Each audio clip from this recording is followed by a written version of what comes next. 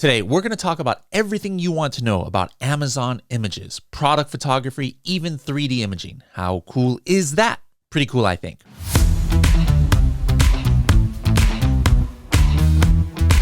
Hello, everybody, and welcome to another episode of the Serious Sellers Podcast by Helium 10. I am your host, Bradley Sutton, and this is the show that's a completely BS-free, unscripted, and unrehearsed organic conversation about serious strategies for serious sellers of any level in the Amazon or Walmart world.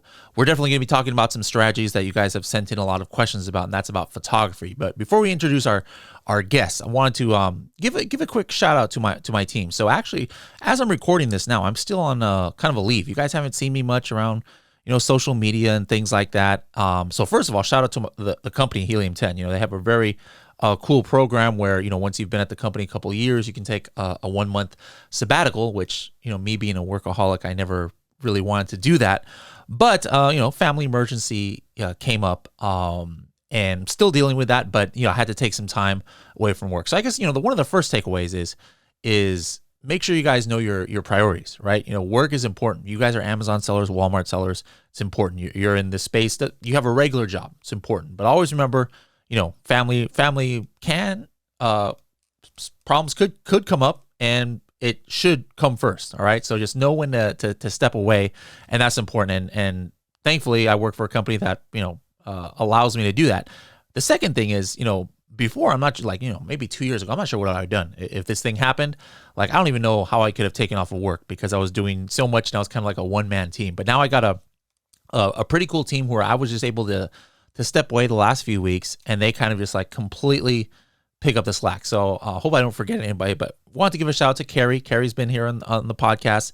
She's really been helping out a lot lately. The other evangelists on the team, Lem, Shivali, and Adriana and Marcus, our two new international podcasts. By the way, quick shout out to them. Make sure that if you're a German speaker or a Spanish speaker, check out their Serious Sellers podcast, Auf Deutsch, or Serious Sellers podcast en Español.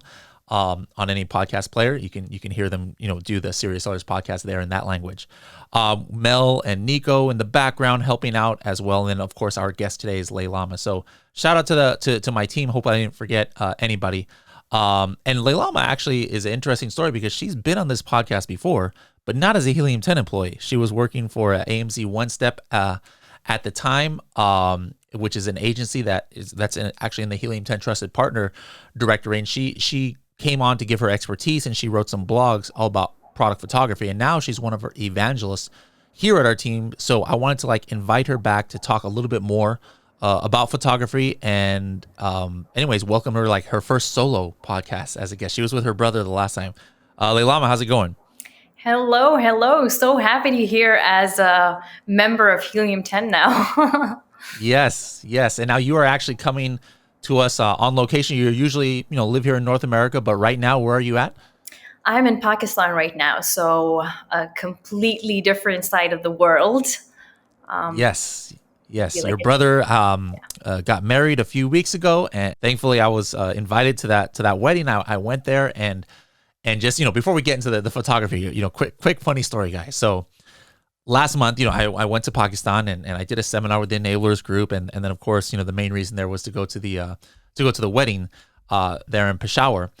Now, Peshawar, first of all, let me just tell you guys, it's a beautiful place. I've never been to a place in Pakistan I didn't like, but I really love the weather there and great sights. But there's history in that city I did not know about. But let me just tell you guys, things happened before in the past, and that's one of the reasons why I like going to Pakistan, is because it's not like it was back in the day where it's really, unsafe. I never felt unsafe. I didn't even have guards or anything this time. I was walking around in the just in the market. It's totally cool. Everybody's super nice. I had to get an outfit for the wedding. And then so they took me to the market, and the vendors, they just gave it to me for free. They're like, oh, no, we can't take your money. You're like a visitor to our country. I'm like, what in the world? There's hospitality here, guys, in Pakistan that is unprecedented. But the funny story is, anyway, so when Leilama was in the office, the Helium 10 office, a week before, or a couple weeks before the wedding, she knew I was going to give a seminar there, an Amazon seminar. And so her and her sister and mama were asking, hey, where's that seminar at? And then I showed them the kind of advertisement for it. And I forgot what it was called, Sophia Hall or something Sabrina. Hall, like Sabrina. Sabrina Hall. And they're like, wow, what a coincidence. That's like the same place where the wedding is going to be. I was like, well, that makes sense. This is a smaller town, and maybe maybe there's not that many wedding halls. So I was like, whoa, that's like so cool. I'm going to be at the same place like 2 days in a row. And so anyway, come the day of the wedding, I was, going out in the market, like I said, with the enablers group, and they were helping me buy outfit and everything. And so I just stuck with them, and they're like, yeah, we'll give you a ride to the wedding hall. And so I was like, okay, cool. So we went to the wedding hall. And then I was like, nah, I'm good. Like, you can just leave me out here. Like, well, we want to make sure you're okay. So we went in, and I was texting Saddam, who's Leilama's brother. I was like, all right, I'm here. So he's like, okay, yes, go to the, you can get in through like the women's side. So like, I guess in the Pakistani weddings, it's kind of like a little bit of segregation, like the women and the men. And so I was there in the middle, and I was like peeking in, and I didn't see Leilama, and her phone was not working, and her sister Omama's phone was not working. So I was like texting them, and they didn't reply. And then it said, I was like, no, somebody will come out to get you. So I was waiting there for like 30, 40 minutes. And then you're seeing everybody's like looking at this guy, like, what's this guy doing here? And then so finally, the one guy I was with, he's like, let's go ask somebody. So we asked somebody, and they were like, yeah, we can't find Saddam. And people were like, Saddam? And then I was like, I was getting worried. I was like, wait a minute, what's going on here? And then so we walk in, they're like, they take me to the father of the groom, right? Of this wedding that I've been in.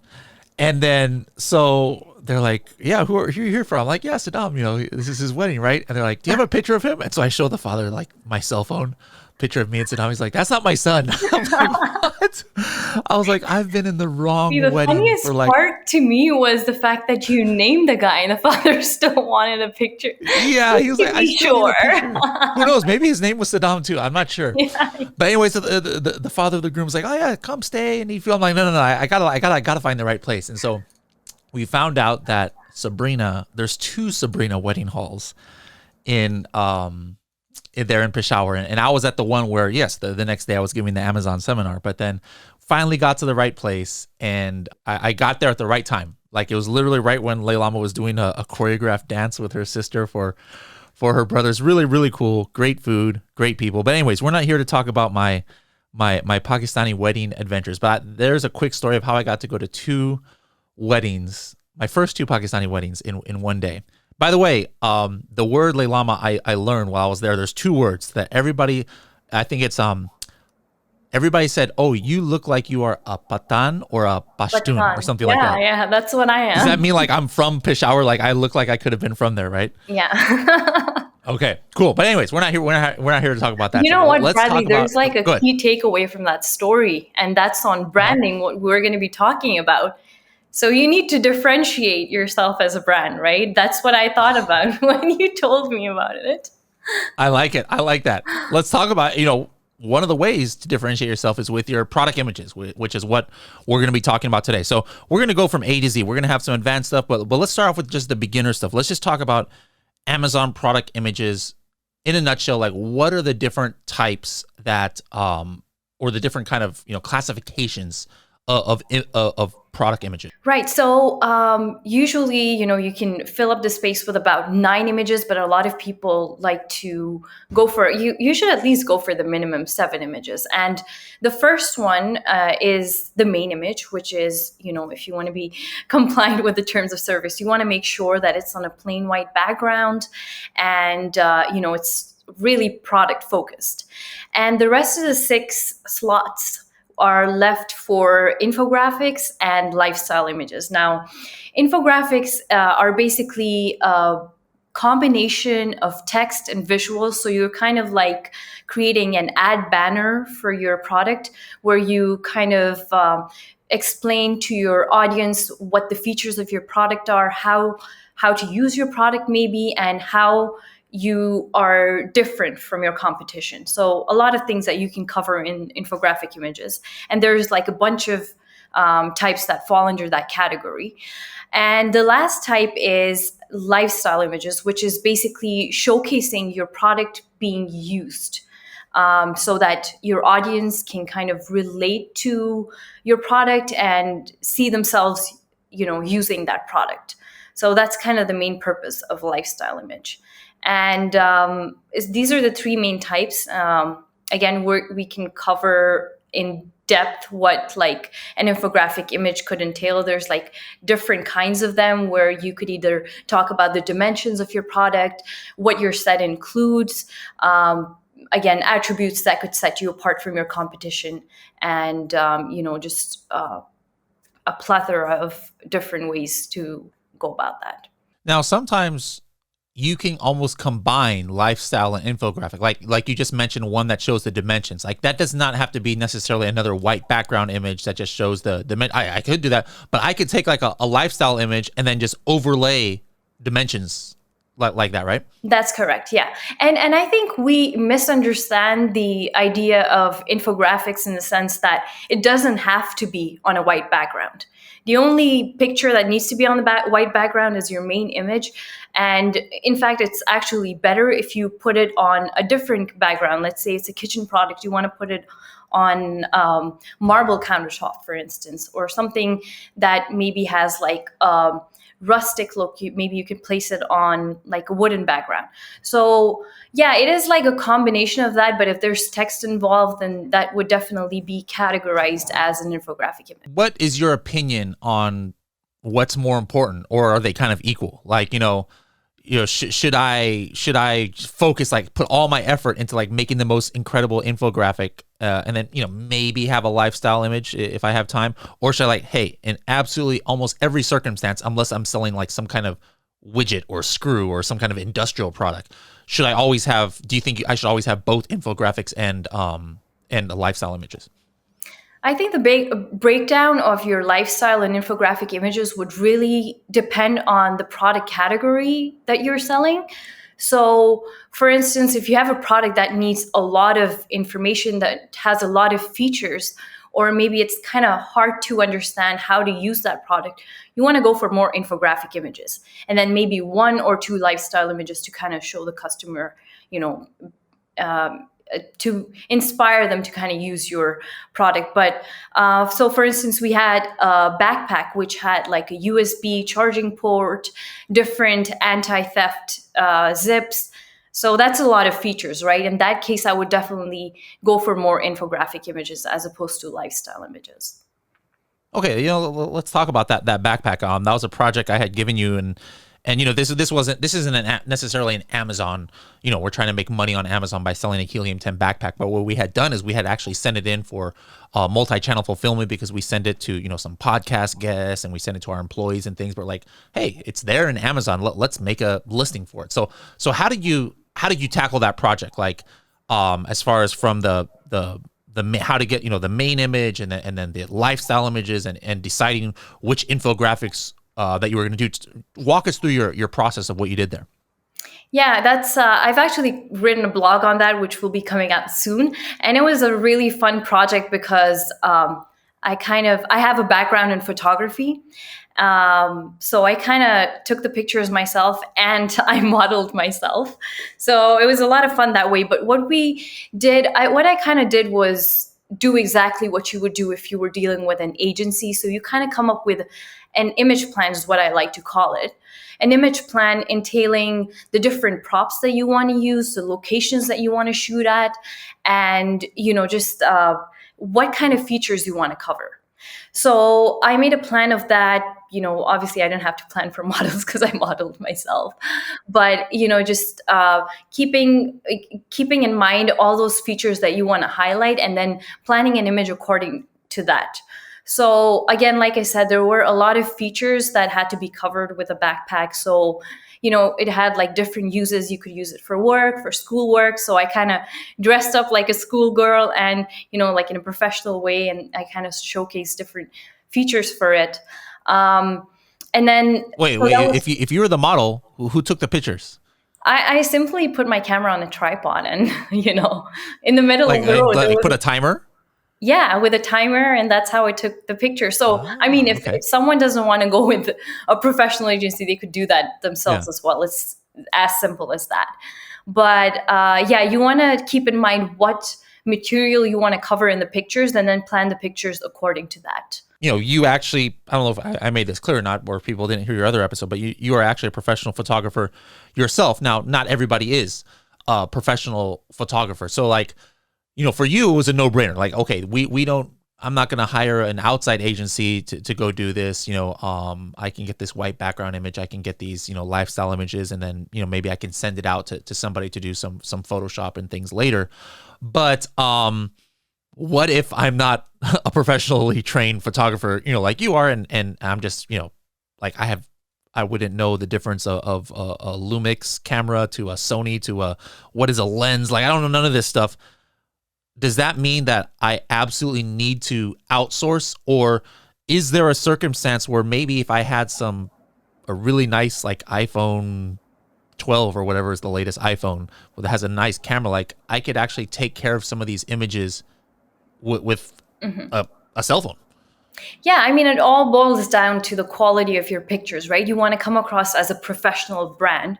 So as long as the picture quality is good, you're good to go. And again, the planning, you could also do it on your own. You don't need to be a photographer. What I used for my project was the Review Insights tool. So I kind of got information through that, seeing what people are saying in the different reviews, the points that they would like me to cover when they see a backpack listed, right?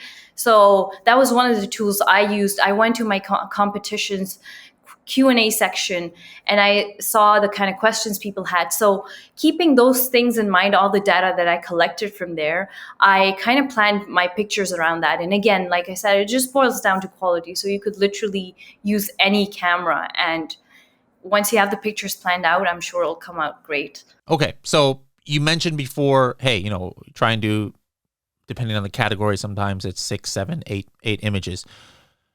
Your shoots that you did, like, I'm sure you ended up with like 7 images or whatever. And by the way, guys, if you guys want to check out this this listing just to see what she did and her debut as a Helium 10 backpack model, just go to Amazon.com and type in Helium 10 backpack. I'm sure it'll come up. But those last 7, I don't know how many are in there, 7, 8. How many actual shots do you think you took? 20, 30, 40, and then that you narrowed down to that number? For each picture, I would say I took about 4 pictures. So if I had a total of 7 images, 7 into 4, that would be 28 pictures. So I kind of narrowed it down to 7 at the end. I took 4 for each picture just so I could make sure that the focus on all of them was perfect. I had posed the right way, or let's say the product feature that I was trying to demonstrate in that picture was prominent, right? Yeah. Okay. So now what was the next step? Like, did you outsource like the editing of it? Did you handle it yourself? Like putting the words on the infographics or photoshopping, your facial blemishes if you had, and I'm just like, but like, who does that kind of stuff? There's a lot of ways to go about it. I mean, if you know how to use Photoshop, you can probably do it yourself, or you can use the app Canva. But what I did was I went for our editing team in-house, and you can kind of use different agencies for that, or even find like a freelance editor on, let's say, Upwork, Fiverr. There's different freelancing websites where you can find these editors. And if you give them the correct instructions, they will most probably get the editing right in 1 to 2 goes. And so what I did was I put these pictures together and I made a whole document which had all these instructions in there. So I would put a picture in there, and next to it, I would kind of write different instructions like, okay, clean up the backpack a bit, because when you're taking a high quality picture, you will sometimes see dust on the product. So clean up dust from the backpack, or, Photoshop out whatever part if I saw like some blurriness or something. And then if I wanted text for the infographic, I would say, write so-and-so text in such and such font. This needs to be uppercase, this needs to be lowercase. So you need to be very specific about your instructions. And once you hand it out to them, there's the quality that comes back is surely, one that doesn't require many revisions. Okay. Now, something you mentioned earlier was about like, making images looking branded and differentiating yourself, things like that. Like, is that a strategy used for this backpack, or just can you explain that? Like, how do you make an image look branded, and why would you even want to do that?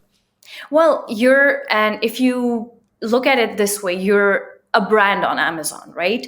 So if you were to look at brands outside of Amazon, even, you see that their pictures are really branded, professional looking. And when you come across that as a shopper, as a customer, that just instills more trust and confidence in that particular brand. So if you give them that branded experience, what I've noticed is a lot of the people who will come across your listing are more likely to go for you as opposed to another competition that just looks not so branded, well branded. So that's why I think one, branding is important, and two, the way to go about looking like a proper brand, I would say, is, everyone has, when you create your logo, you've got your branding color. So in the backpacks case, we had the Helium 10 logo, which is white and blue. So a lot of the text you will see there is in white and blue. That's the only text I use, by the way. And the colors that I use for props, for instance, for my outfits, were very in line with that, or I try to keep it to a minimal so that these colors would pop up a bit more. And there were also infographics where I put the backpack against a blue background or like a grayish background to enforce those branding colors.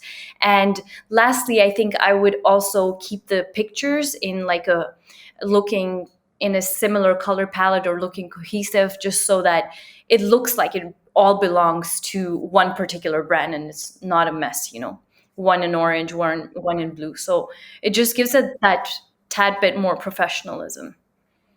Okay. Now, these images, and again, I suggest guys looking at that on Amazon.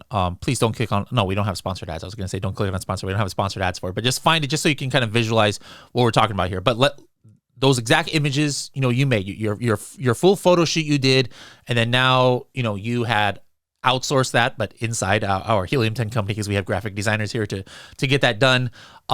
Let's just say I'm. This was a random person's backpack and they're an Amazon seller. Like, how much would they have paid for those photo shoots, the original photo shoots, to get the raw images? And then how much would it have been to do those edits that our team did? Usually what I would say is that, when you're outsourcing to an agency, to a freelancer, whatever, their costs are going to be pretty much the same. So the first step would be to find the right studio for your product. So it needs to have the particular settings for your lifestyle images, as well as a white background for your main image. So you need to find a studio like that. If they don't have it in studio, they would probably get an Airbnb. So the cost kind of comes down to like $300 to $400 for the studio or Airbnb that you're renting, as well as the white background studio space. So you either way have to rent out two different studio spaces, right? And then there's models involved. So depending on how many models you want, usually you need to pay them a minimum of 3 hours, and their hourly rate can really vary, sometimes about $50. Sometimes they'll, charge by the day. So depends on that. Again, they all have very different pricing.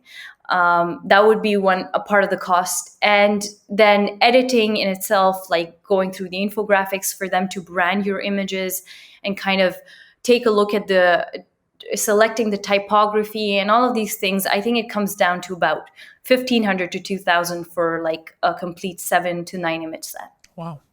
Yeah. Okay. So the answer is it varies, depending on what you want, but it can get pretty expensive. But guys, this is not one of those places where you want to cut corners. Just like, oh yeah, I'm going to save some money and not get an inspection on my products. No, that's not where you want to save money. No, I'm going to save money and not get this quality check. No. Images and photography is another one of those ones that if you have the means, you definitely want to make it as good as make sure to budget enough for it. Now, then if I'm just taking the images myself, that would save the big chunk. And then just the editing, especially if I'm using like freelancers or one of those websites, that would probably be fairly inexpensive, right? Because usually sometimes those work you can get from like $4 to $6 or $7 an hour, right? Yeah, or sometimes they charge $20 to $50 per image. So it really depends on how much Photoshop work is involved and all of these things, right? considering different Okay. factors. Again, would depend on the product. Now, one thing you didn't have, or I mean, I don't think I would assume you didn't have too much experience on, because it's not, I know the company you work for used to do it, but 3D imaging. So another project that you were working on is like, hey, let's take some of these coffin shelf or our original Manny's Mysterious Oddities Project X coffin shelf, and let's do some 3D imaging for it. Now, 3D imaging has come a long ways. There's back in the day, where people think of 3D images and it looks like something like completely fake, but it seems like nowadays, sometimes if it's a really good render, you can't even really tell it's not photography, right? Mm-hmm. Yeah. I mean, what 3D renders basically are, it's a process of creating 3D dimensional models from 2D drawings, right? And they really add that high definition and that it has that element of realism in it. So a lot of the times, I mean, really depending on the kind of product you have, but sometimes it can even be better than a real life photography, because it gives you like a really clean, high definition result. So again, it boils down to what kind of a product you have. In our case, it was a coffin shelf and it worked out really well. I think the images came out great. So guys, you can actually check, there's going to be a blog about this as well. I'm not sure if it's out yet, but all these blogs she's talking about will be at helium10.com/blog. But you can actually check, look up, Manny's Mysterious Oddities Coffin Shelf on Amazon. Now that one we do have sponsored ads, so guys, please don't mess up our PPC spend in our ACOS. But check that out. We did with is it Fade Visuals? Is the name of the company? It's Fade Visuals. Yeah, so Fade Visuals. They did some really nice renders, and we did some tests. Do you remember offhand, like, I think the only one we kind of like split tested was that main image, like changing out the main image that used to be just a generic, product photography, white background, and then we changed it to a 3D image. Do you remember what the specs were on how that increased our click through?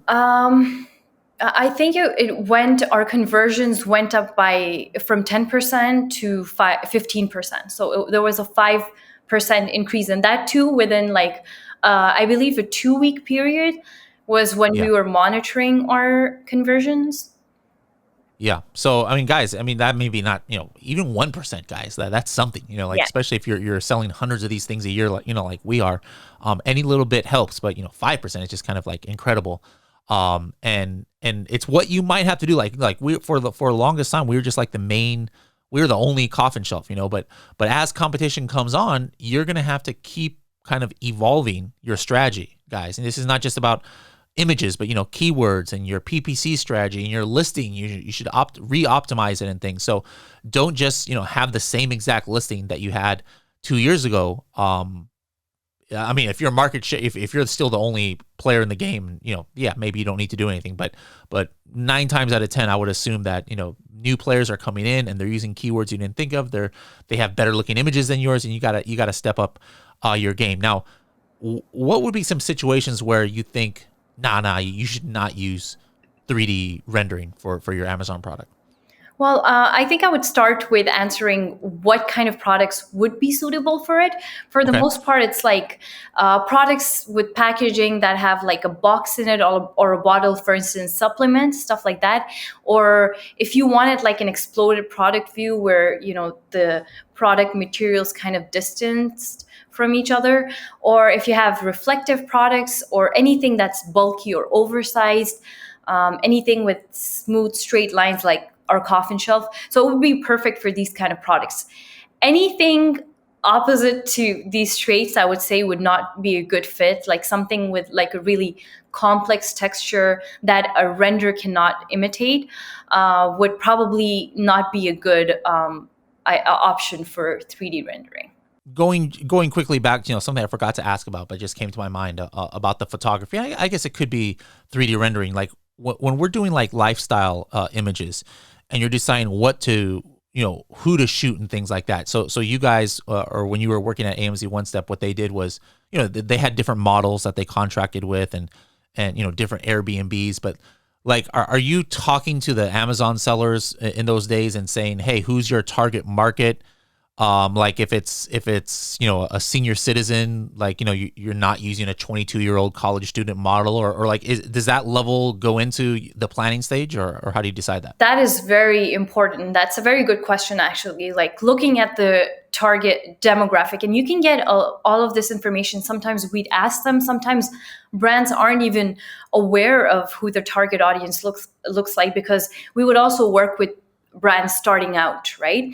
So in that case where you don't have any data, you want to look at similar products like with a similar market and kind of see their business reports and stuff like that, and see what the demographic looks like. But if you already have an established brand, in that case you can always go to brand analytics and kind of see where most of your sales are coming from.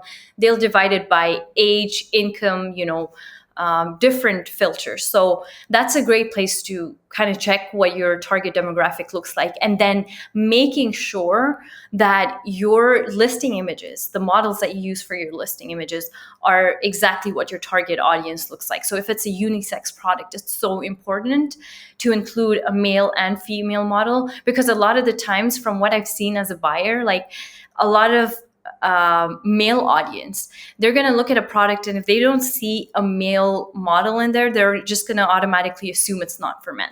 So this is one of the reasons why it's so important. And there's also been studies showing that if people see their own ethnicity in a picture, they're more likely to go for that product. So that's another thing to cover. Diversity is so important these days, right? Let's just say, hey, I can't afford 3D renders right now, which, by the way, guys, is not as expensive as you might think. A lot of it is the same or even cheaper sometimes than really professional product photography. But let's just, hey, I can't afford 3D rendering. I can't afford like a professional studio. I can't just drop $1,000 right now.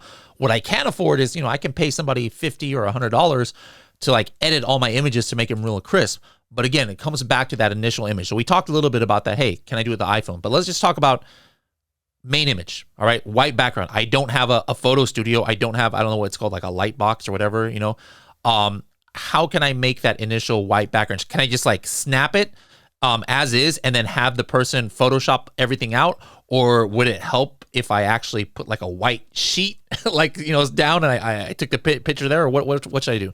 I did the backpack at home, and my studio wasn't set up at the time. So I literally took like a chart paper. You can even use a cloth.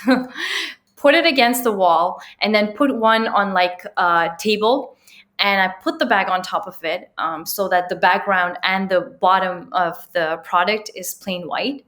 And that's it. Like, that's all you have to do. Take a good quality picture, send it to an editor, and they'll make it look nice and clean. So you Yeah, don't really I need that still kind of think investment. I think that's better than what I see a lot of Amazon sellers do. Is they use the stock photography and then they just like Photoshop like things on like they'll take an image of somebody holding up their hand like this. By the way, guys, don't forget, we actually do these podcasts on YouTube now too, like a week later. So if it sounds like I'm saying look at something, that's because this is the YouTube version here. But like they'll be like the stock photography with somebody with their hand up like this, and then they'll put something, but then it looks so fake. It's like so annoying to me. I like literally as a buyer have like purposely not bought a product. I was like, wow, this price looks good and it looks like, but then I look at the images, I'm like, oh, come on, man. This just doesn't look. It just doesn't give me confidence. If it looks like this seller is like just doing some cheap rip off and of an image, or it's obviously not to scale, like a coffin shelf on a wall and they just Photoshop it on a stock photography house, but then it looks way bigger. Not only is that unprofessional, guys, but let's just say somebody didn't even like care about that kind of thing. But imagine they look at that image and they think it's one size, and now they get it, and it's like, wait a minute, this is too small or too big. Well, guess what? There's a bad review right there. There's a return. So really important, to not do those really cheap, Yeah. It needs photoshopping. to be correct to the scale. Like, when a person looks at it, not only add measurements, but also like something for point of scale, right? Like including a hand in there, or, like even a pencil if it's like a smaller product, just it's really important to give them that idea. talking about multiple images, one thing I know you and Chevalier are working on this project with, I think it's Lisette, who was in Freedom Ticket, who was talking about Amazon Post. But you mentioned, taking multiple shots, to get the right one for the Amazon listing. But a lot of these additional images that you're taking either with your cell phone or if it's the agents or a photography studio who takes it, you could repurpose this for Amazon Post, right? Yes, that's correct. Like, I think a lot of the pictures on Amazon Posts are taken with your cell phone. So really, you can repurpose these pictures in there with like infographics that you have with text. You can remove the text and post that in there as well. Okay. Yeah, so look out, guys. I don't know if it's gonna be ready like in a month or so. We're gonna have some cool blogs that show how we're doing the Manny's Mysterious Oddities and possibly the egg tray and different things like that in Amazon Post, just to kind of give you guys an idea of how that works. Now, we recently sent to AMZ One Step.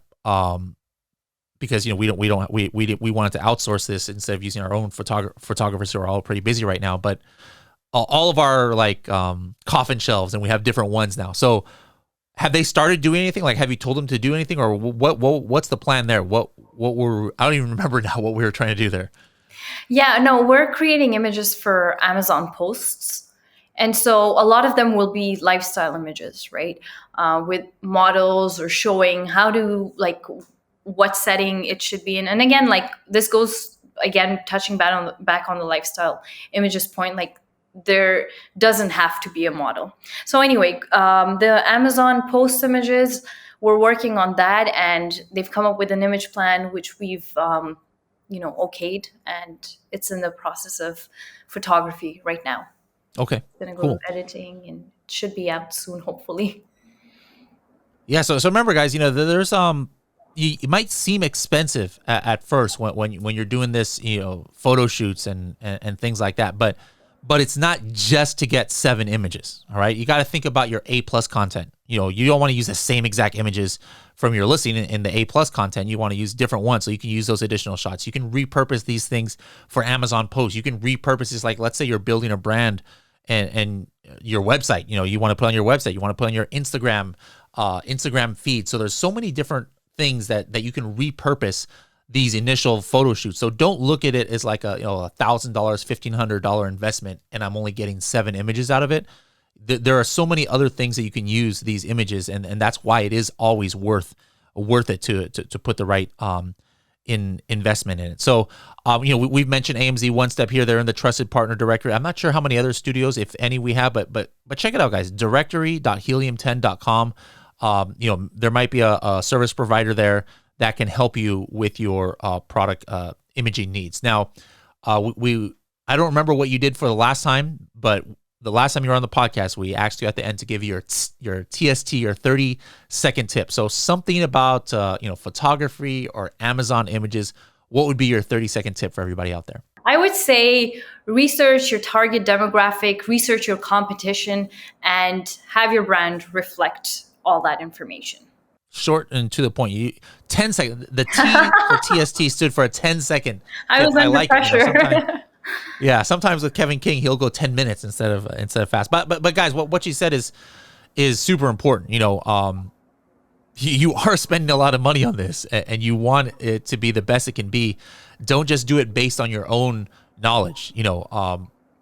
If you're redoing product photos for an existing listing, well, you have the benefit of knowing who your demographic is, especially if you have brand analytics. You can go in there and see what age group, what gender, etc., and that could help you. But if you don't have that information, you might want to, use a Helium 10 audience or PickFu to try and get some of that information. But do that research, research your competitors. One thing I love about another favorite podcast guest of ours, Tomer Rabinovich, he talked about how what he does when he goes to the photographers who are going to do photo shoots or goes to the picture editors, he actually prints out the top images of the top competition, the top existing competition, and it says, hey, this is what's working, guys, out there. Just do something better. Like you don't want to change it too much. Like you don't, hey, everybody is using, a red background, so I'm going to use a hot pink background just to be different. Like if something's working, stick with it, but you can always improve on it. So do that research, like Leilama said. So anyways, Leilama, we hope you have a safe journey back here to North America, and we'll be seeing you soon, and look forward to reading these blogs and look forward to your contributions in the future. Yes, a lot of exciting stuff coming up, so stay tuned and make sure you follow us.